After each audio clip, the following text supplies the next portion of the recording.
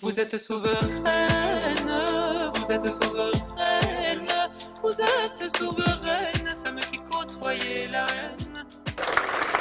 Merci d'être là. Moi, il y a 5 ans, j'étais à votre place. Décembre 2018, il y avait un Debout Citoyenne, le premier dans cette salle. Et j'étais assez confortablement installée dans le noir, il me semble. Et à un moment donné, donc j'étais très en admiration des femmes qui prenaient la parole. Je déteste prendre la parole. Moi, j'aime l'ombre, j'aime être en soutien, j'aime être derrière, mais je n'aime pas du tout l'exposition. Et à un moment donné, j'ai été totalement saisie par une prise de parole, hein, qui est celle de Patricia Ancesi-Ferré, que je salue ce soir, elle n'est pas là.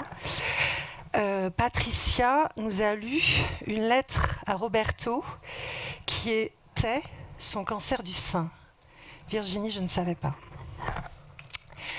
Ça m'a saisie. J'y ai entendu la capacité de reconnaître une vulnérabilité individuelle, une capacité à la dépasser dans nos vies individuelles, professionnelles, parce que Patricia a décidé d'en faire quelque chose. Et c'était sans savoir à l'époque que 3 amies, qui sont comme des sœurs, allaient enchaîner cette maladie. C'était sans savoir que nous allions être tous à terre, ou bien en tous les cas confinés par une pandémie, et qu'on allait être tous confrontés à la question de la vulnérabilité. Et c'était sans savoir que moi, j'allais me fissurer. C'était en février 2020. Avant la grande vague, j'ai des vertiges, j'ai des angoisses agoraphobiques que je n'ai jamais. Je perds toute fonction cognitive, je ne tiens plus debout. Je fais du vélo tout le temps à Toulouse et je m'effondre. Ça s'appelle un burn-out. Là, à cette époque-là, il est encore possible d'accéder à des médecins. On est avant le premier confinement, batterie d'examen, et on me diagnostique une dissociation sévère. Je ne sais pas ce que c'est qu'une dissociation sévère.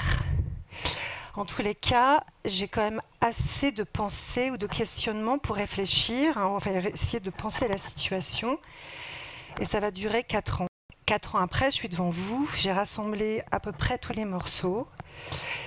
Et ce que je peux dire, c'est que cette dissociation, cette fissuration, tient à la perte d'une place professionnelle que j'aimais profondément et que j'ai perdue. Et avec cette place que j'ai perdu un territoire. Moi, de formation, mais aussi peut-être de rapport au monde, je suis géographe. J'ai fait des études de géographie rurale. J'ai fait le choix à une période où on nous invitait à faire de l'urbanisme. Moi, j'ai fait des études de géographie rurale.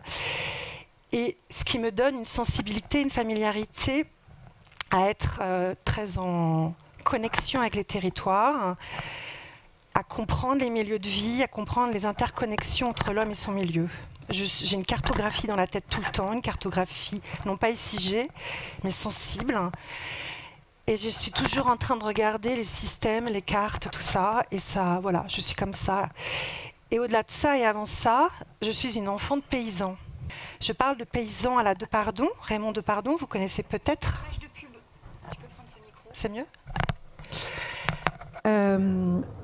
Je parle de Raymond Depardon, qui est un photographe que vous connaissez certainement et qui a décrit et filmé la dernière génération de paysans à l'est du Massif central, d'où lui venait. Moi, je viens de l'ouest du Massif central, sur les contreforts granitiques du Limousin.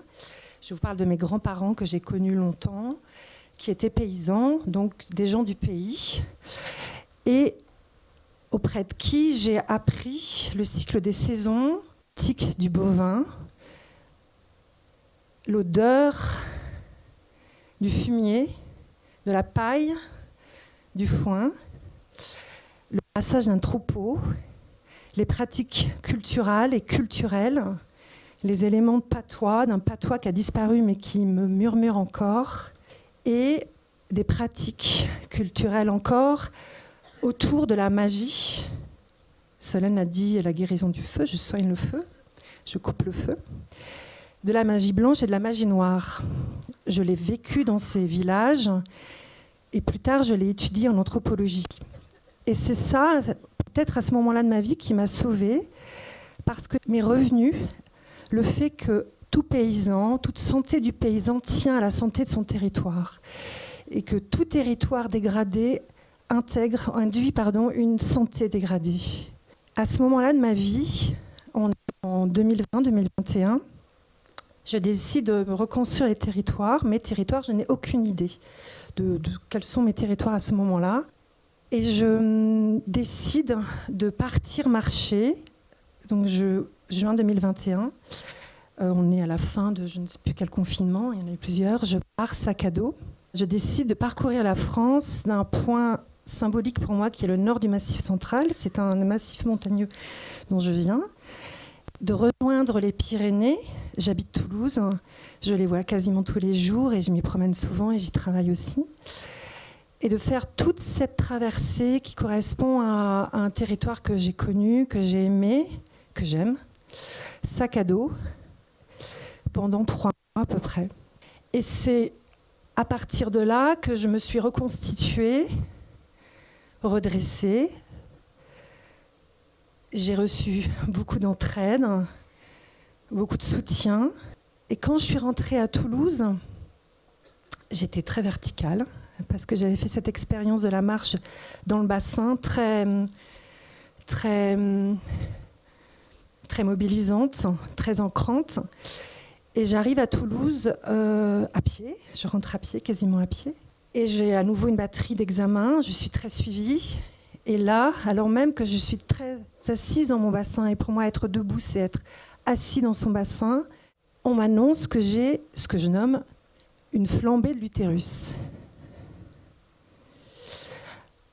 J'entends par là précisément une flambée de fibromes, qui sont des excroissances, souvent musculaires, qui peuvent avoir des symptômes gênants, très gênants, des saignements. Moi, ce n'est pas le cas.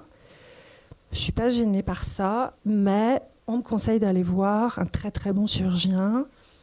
Bon, j'y vais et je me retrouve devant un homme qui me dit « Ok, est-ce que vous voulez des enfants ?» Non. Très bien. Alors je vous conseille, je vous propose de tout retirer. Je ne comprends pas.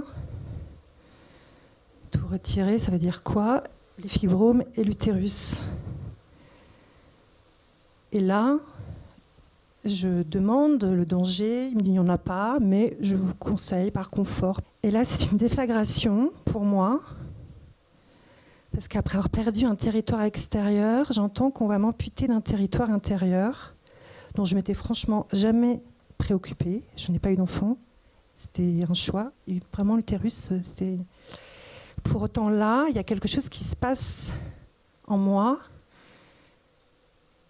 Je crois que je comprends, je connecte une histoire de la violence faite aux femmes. L'intervention s'appelle l'hystérectomie. Je fais le lien avec l'hystérie. Je fais le lien avec toutes ces femmes qu'on a nommées folles. Et là, je me connecte à elles. Je vous parle des femmes de ma famille. Me parle de toutes les femmes. Je ne sais pas, il y a quelque chose. Et je pleure en silence devant ce chirurgien. Je pense qu'il n'a jamais vu quelqu'un pleurer en silence comme ça. Et je vais faire le choix, éclairé, conscient, avec l'aide d'autres médecins, de femmes, de garder mon utérus. À partir de là, je comprends que nous sommes dans une idéologie, évidemment de l'extraction, évidemment de la mécanique. Je le savais, mais là, je le vis. Et je comprends aussi tout le rapport, je dirais presque pathologique que nous avons au territoire. Les territoires géographiques que nous habitons. Il y a un paradigme depuis maintenant des siècles qui prévaut que nous serions hors territoire et hors sol. En témoigne l'agriculture actuelle, l'urbanisme actuel. Et je décide à ce moment-là d'en faire quelque chose, et je pense à Patricia, justement, qui a été pour moi une voix. Je décide de sortir, je l'étais déjà, mais je décide d'en faire quelque chose en me disant, je vais essayer, à ma manière, de renouer avec les territoires physiques que sont les territoires géographiques et le corps, les territoires symboliques, imaginaires et les territoires énergétiques. En faisant l'expérience, c'est toute une démarche de ce que je nomme des territoires effectifs sur lesquels nous vivons et desquels nous dépendons. Bruno Latour, pour ceux qui connaissent, en a fait tout son travail de recherche. Je vous invite à regarder ses entretiens sur Arte. Les territoires affectifs, ceux qui nous tiennent, et les territoires affectés, ceux sur lesquels il y a pu y avoir du conflit ou du ressentiment. Et c'est ces territoires-là qu'il faut aller regarder aujourd'hui, qu'il faut nourrir. Je suis devant vous aujourd'hui, je vais assez bien. J'ai fait le choix d'être là pour vous dire que moi, je crois que nous avons intérêt tous à renouer avec la lisière. La lisière, c'est ces interfaces entre les bois et les forêts, ces espaces de rencontre, d'hyperconnexion qui vont à l'encontre de la séparation, d'une limite clivante, bien au contraire. J'œuvre aujourd'hui dans ce sens-là, dans des collectifs. Solène en a parlé à la Maison Forte, dans les Pyrénées, en Ariège. J'avais envie de vous dire debout, devant vous, quels sont et comment vont vos territoires.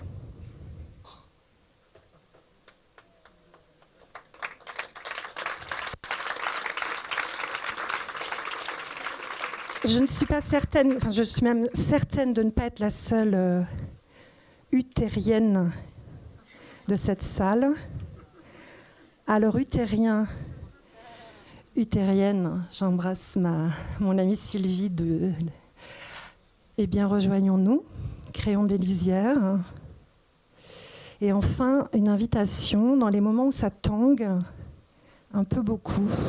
Je vous invite à prendre votre sac à dos, des chaussures de marche et à prendre la traverse. Merci.